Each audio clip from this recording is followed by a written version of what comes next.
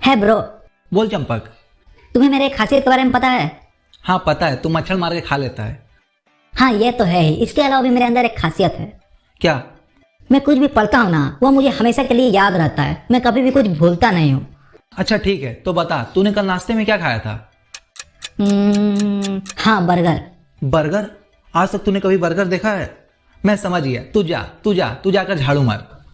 तो आज का हमारा जो टॉपिक है वह है पढ़ा हुआ 7 जन्मों तक याद कैसे रखें, और इस एपिसोड का नाम है नॉलेज।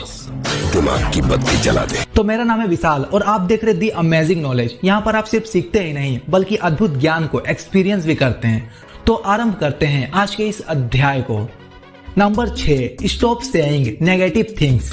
यस, आप सबसे पहले यह बातें बोलना छोड़ो कि मुझे पढ़ा हुआ याद नहीं रहता है, मैं पढ़ता हूं पर भूल जाता हूं।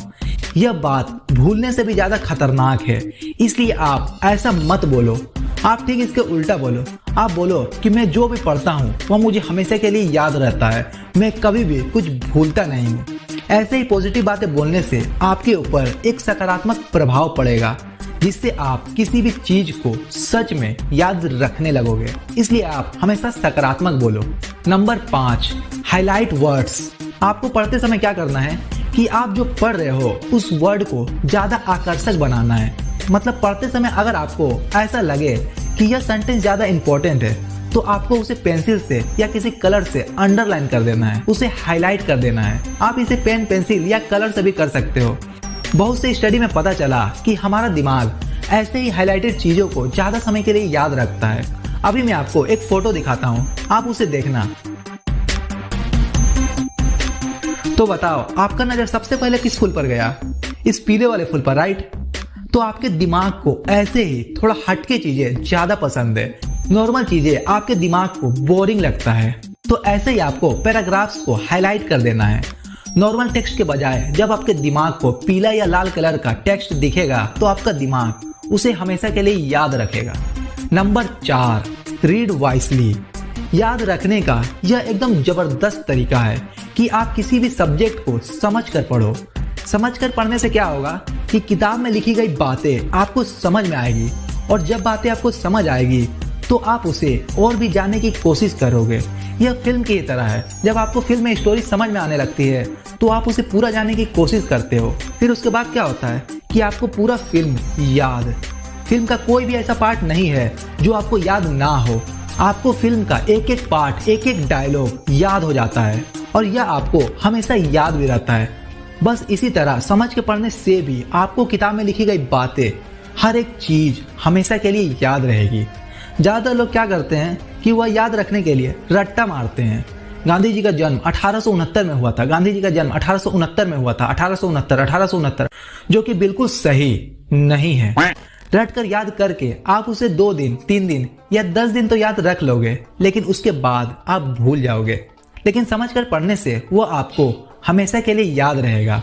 और समझकर पढ़ने के साथ साथ आप उसे विजुअलाइज भी करें। मतलब आप जो पढ़ रहे हो उसे आपको अपने मन में कल्पना करना है।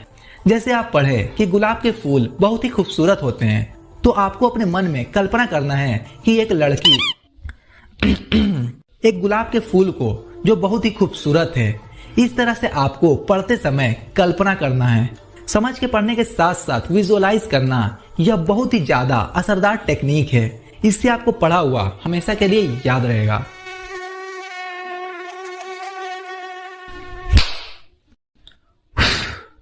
आए बड़ा। Number 3, method of loci. इसे मेमोरी प्लेस टेक्निक भी कहा जाता है। इस टेक्निक को हमारे महान इतिहासकार फ्रांसिस यर्ट्स ने अपनी book the art of memory में पूरा खुल के एक्सप्लेन किया है। तो अभी मैं आपको कुछ वर्ड्स दिखाऊंगा जिसे आपको याद करना है। ओके, 3, 2, 1 गो।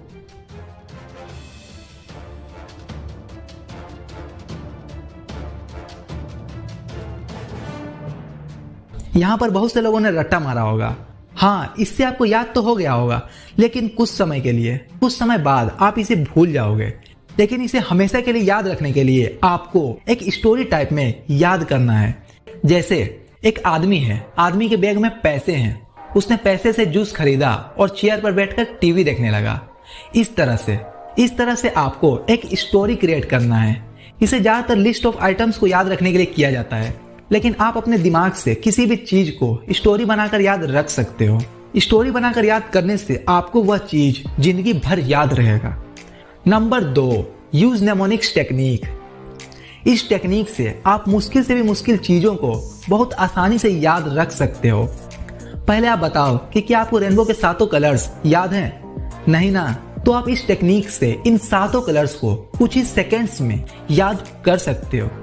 और ऐसा नहीं कि यह थोड़ी देर के लिए, आपको यह 7 कलर्स हमेशा के लिए याद रहेगा। तो आपको क्या करना है कि आपको सिर्फ याद रखना है रोजी वीव, बस। यह आपको थोड़ा उटपटांग लगेगा, लेकिन इससे आप हमेशा याद रख पाओगे। रोजी वीव में आर का मतलब रेड, ओ का मतलब है ऑरेंज, और वाई यानी येलो, जी का मतलब है ग्रीन, बी यानी ब्लू, आई यानी इंडिगो, और भी का मतलब है वॉयलेट कलर।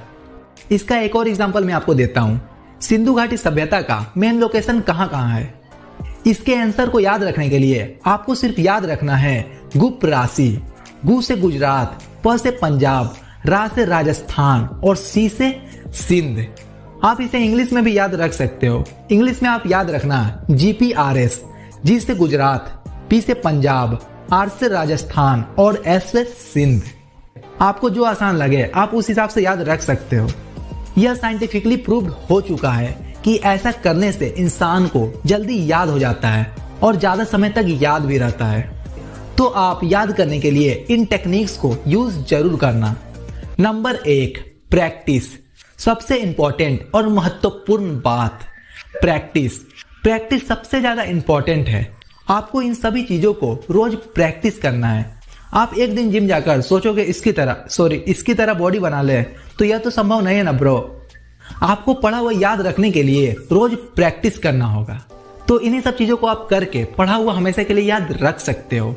तो अगर वीडियो अच्छा लगा तो वीडियो को लाइक, शेयर, सब्सक्राइब करके अपना प्यार दिखाओ। तो मैं मिलता हूं अगले एपिसोड में भगवान के आशीर्वाद से। और अभी मैं चला, मुझे बहुत काम है।